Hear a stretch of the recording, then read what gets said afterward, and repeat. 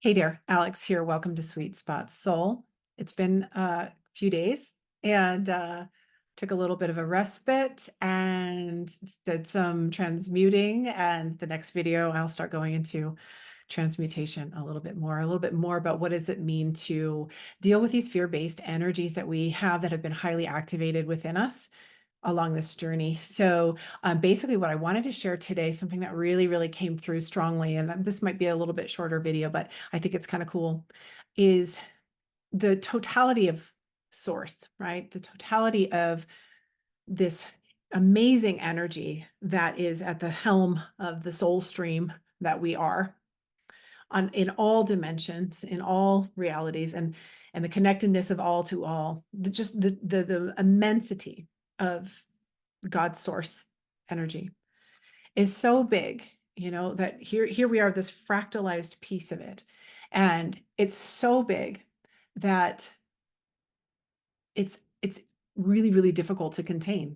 And so what has become activated along this journey is just the idea of us as a soul stream, even if we're part of a soul family and all, the oversoul and all these different levels, right? Just the dot of the idea of us as a soul stream down in this realm, of the dimension where we come into physicality, has an alpha and an omega. It has a positive and a negative.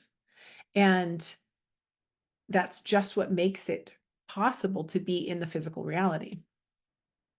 And I'm not going to pull out a chart right now. I will in the next video. But I just want to share that when that soul splits into two physical, and then they activate by meeting and merging, and the heart is activated, and the Kundalini is activated, and the third energy field is created. Everything, and the DNA starts to merge, and everything that's unlike the perfection and wholeness of that soul stream is pushed out of that and activated, in a sense, polarized, and then creates that repelling. And so when that repelling then happens, this is the coolest, I don't know, it's not the coolest, but it's just something that really became clear to me is, here we are as not we, yeah, those of us that are watching this, 99% plus probably, I don't know, it seems to me that, the divine feminine or the negative polarity or the push twin flame. Now, the negative polarity typically is magnetic, and it's meant to draw in, to stand in her power, to stand rooted and yet flowing and embodying creativity and freedom, and create just this beautiful flow of the divine feminine that is magnetic and draws in. Whereas the the positive polarity would be the masculine, and that is normally penetrating. It can hold space, but it's also the pursuer. It's the doer. It's the manifester. It's the action taker. It's totally the electrical, right? So you've got the magnetic and the electrical. But when this merging happens and this third field happens, is that we see that flip happen. And I've shared this in other videos. And so that flip turns in, essentially creates that the negative polarity, the push twin flame, the divine feminine, now is becoming the pursuer, and the masculine is becoming the runner or the pull, and they are avoidant. They become avoidant. And so when you see that start to happen, it just really clicked with me that the totality of the energy of source is so big that the ego cannot contain it. And so the feminine embodies this feeling of void, this hole, this desire it has to fill. It's like this emptiness. And so in a way, it still is that sort of negative polarity. But it's an emptiness now. And it's the void of the all. Right? If you remember that alpha and omega, it's the all and it's the nothing. It's the everything and it's the absolute nothing. And so the feminine feels the nothing void. And so she needs to fill the void. and goes chasing. And the masculine is feeling the all, and it's so overwhelming and it's so much that it has to try to run away and escape it. And so it's too much. And so that's really what we are looking to come to bring into a balance and an alchemy. And so by clearing out, again, the distorted energies of faulty programs, like negative programs, limiting beliefs, faulty core beliefs, core problem, like I say, problems, identities, things that we've made true for ourselves, unprocessed traumas and emotions and ancestral stuff, the witch wound, right? The doom imprint, these things that come that are literally in our DNA that have been pushed out into this field. And now we're dealing with the overwhelm of that wholeness, that God energy that was experienced in union, whether you were with them in a bubble love phase or you were just activated into that third energy field was created. And the Kundalini was awakened to begin to burn out these distortions, starting to move it out. The DNA tightened and pushed all that stuff out to be dealt with. And you are so charged with void, and they are so charged with a void.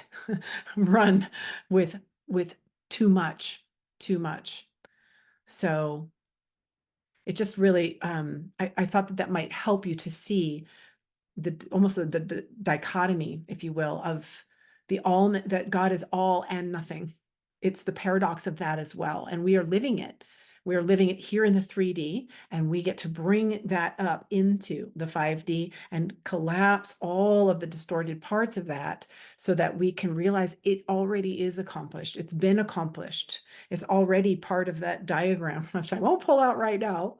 You pushed out. And that not only is that, well, I'll get into that in the next video, but it's all paradoxical in such a wild way, but it's all done and accomplished for us, is what I want to say. And so the more pain that we're feeling, it just means that we have more, we're still more in that separated state from a consciousness level and from a level of needing to work with the energies and bring them up. So that's what I'm going to do in the next video. I'm going to start that. Again, I'm just flowing.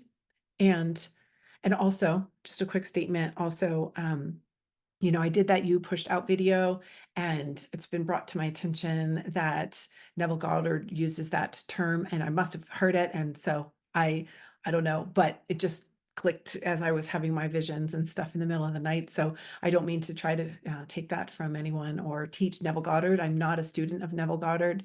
I haven't read a single book. I know I've seen some things about it, and I've heard of law of assumption and so on, but I'm at this point really trying to come from a place only of it, my own, what seems to be true for me. Okay. I'm always growing. I'm always learning. And I just am trying to help you to synthesize whatever you need to, and to give you whatever I can to help you get through this thing. We need divine feminines to come online fully into their power, fully into their divinity. And of course, we know that that's going to help that divine masculine to, to come into their place as well. And they're going to definitely be a part of that work with us. But this is our work, and I want to give everything I can because we need you guys right now. We need you to come online fully. And it's not about reaching a goal to get something for us. It's about something so much bigger. Collectively, we are all quantumly entangled. Everything that's happening, actually everything that's outside of us, and I mentioned this as well, it is us, aspects of us that we've disowned that are coming back to us to reintegrate. So as much as I say, and always will say, don't look outside of you for, any sort of resolve of what it is you're looking for yourself. It's not outside of you.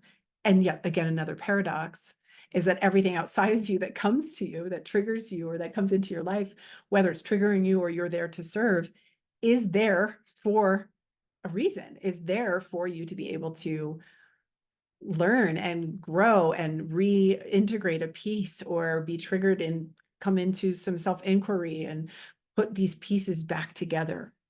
and put ourselves back into our wholeness again, and shrink that separation consciousness and bring us back into these higher and higher states where that spiritual will gets stronger and stronger and more comes in, and timelines collapse.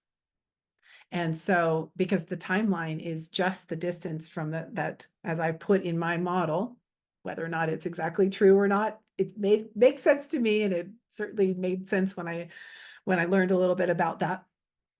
Nonetheless, that sixth dimensional spiritual higher, just basically just a higher aspect of us that we can tune into.